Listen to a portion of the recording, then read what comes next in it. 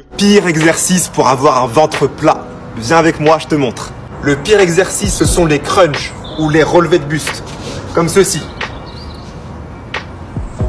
Le problème de ça, c'est que tu vas avoir une flexion du tronc par rapport au bassin et tu vas muscler le muscle du grand droit.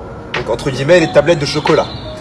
Donc ici, en fait, tu vas repousser les muscles du coup sur l'extérieur, ce qui va faire pousser le ventre à la surface. Et au final, tu vas avoir encore plus de ventre. Alors fais plutôt ça à la place du gainage dynamique. Donc ce genre d'exercice, tu vas te placer sur les coudes et tu vas venir ici contracter les fessiers, les abdos, poser les mains au sol et tu lèves une jambe après l'autre. Là, tu vas bien rentrer le ventre, tu vas rentrer le nombril pour resserrer les viscères à l'intérieur pour pouvoir avoir un ventre plat. Donc ça ne sert à rien de faire des crunchs, tu perds ton temps, c'est pas ça qui va te faire brûler le gras du ventre ni aplatir ton ventre. Pour plus de conseils, abonne-toi. Comment perdre le gras du ventre? Facilement. Avant toute chose, je t'invite à t'abonner à la chaîne, enregistrer le post et on va pouvoir commencer.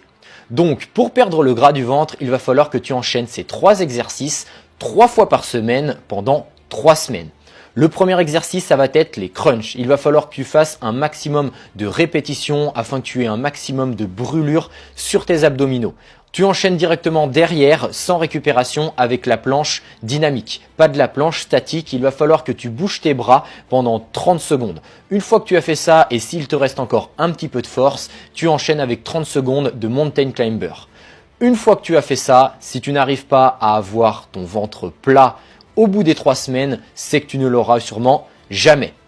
Maintenant, tu oublies tout ce que je viens de te dire parce que c'est une énorme blague car tu ne peux pas cibler une perte de poids. Si tu fais des abdominaux, ce n'est pas comme ça que tu vas perdre du ventre. Ce que je t'invite à faire, c'est de choisir des exercices qui vont être polyarticulaires, des exercices qui vont être très demandeurs en énergie, comme par exemple le squat, le soulevé de terre, les pompes, les tractions, etc.